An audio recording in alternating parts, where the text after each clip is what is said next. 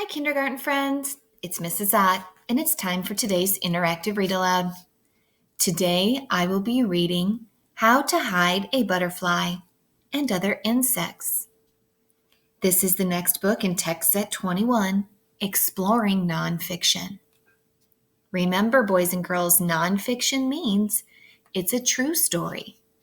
You are going to learn a lot of information about insects from this book. Our book today was written and illustrated by Ruth Heller.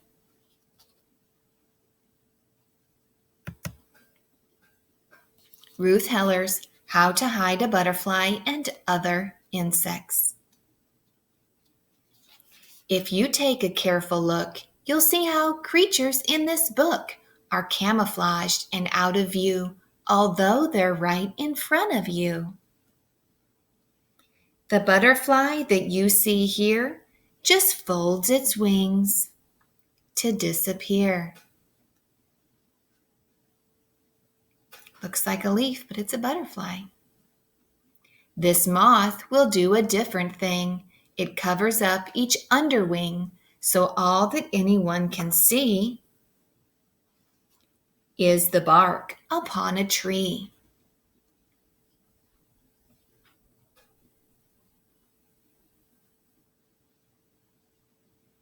The inchworm's feet are at both ends. To move, it stretches and it bends. Then it performs a magic trick and imitates a twig or stick. Wow, boys and girls, I would never know that's a bug. The praying mantis likes to make a sound just like a hissing snake and spread its wings to scare a foe. It somehow always seems to know it won't be seen when dining where the leaves are green. Blends right into the leaves. Grasshoppers leap sometimes 3 feet. And what you thought that you just saw now looks more like a bit of straw. Wow, even the antennas blend in. This fly you see looks like a bee, and thereby fools its enemy. But here's a clue I'll tell to you. Flies only have 1 pair of wings, while bees, you see, have 2. So let's take a look. If there's 1 pair, that means there's 2 wings. If there's 2 pairs, 2 plus 2 is 4.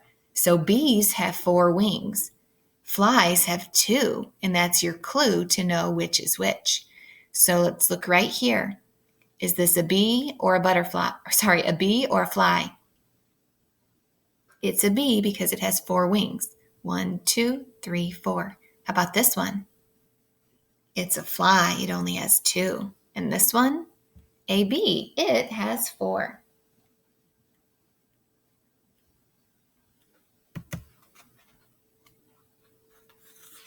It's very tricky that way.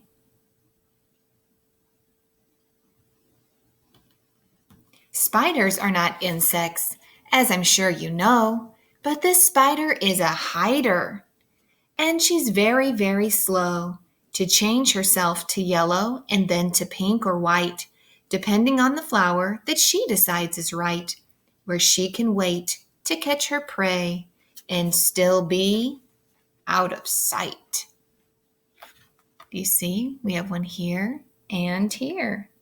And there was even one in the yellow flower.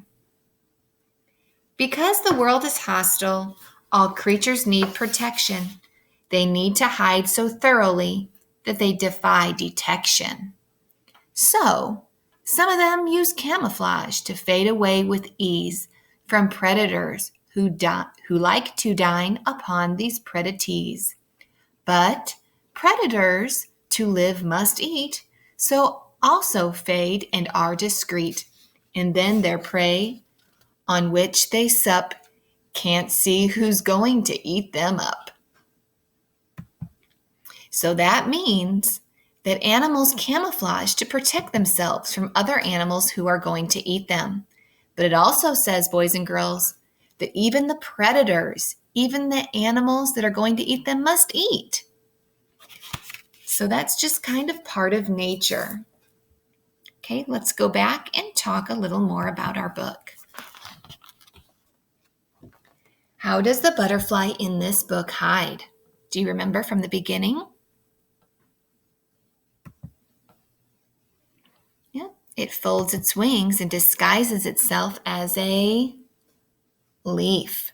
What about the inchworm? What does it look like? It disguises itself to look like a twig.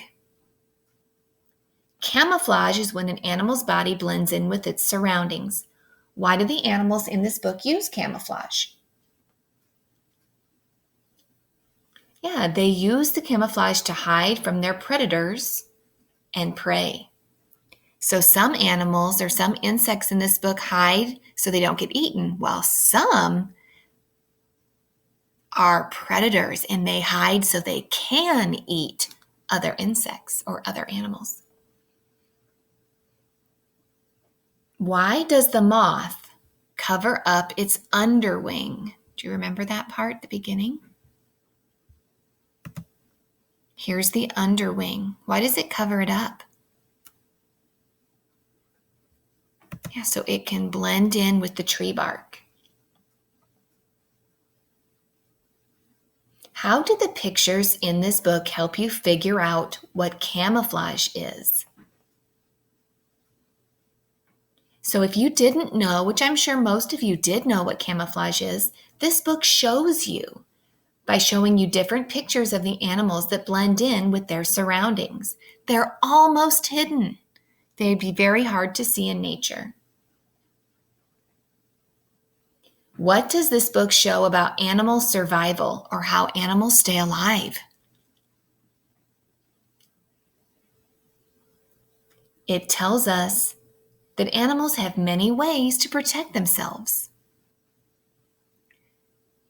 I hope you enjoyed this story today and you learned some things from our nonfiction book, How to Hide a Butterfly and Other Insects.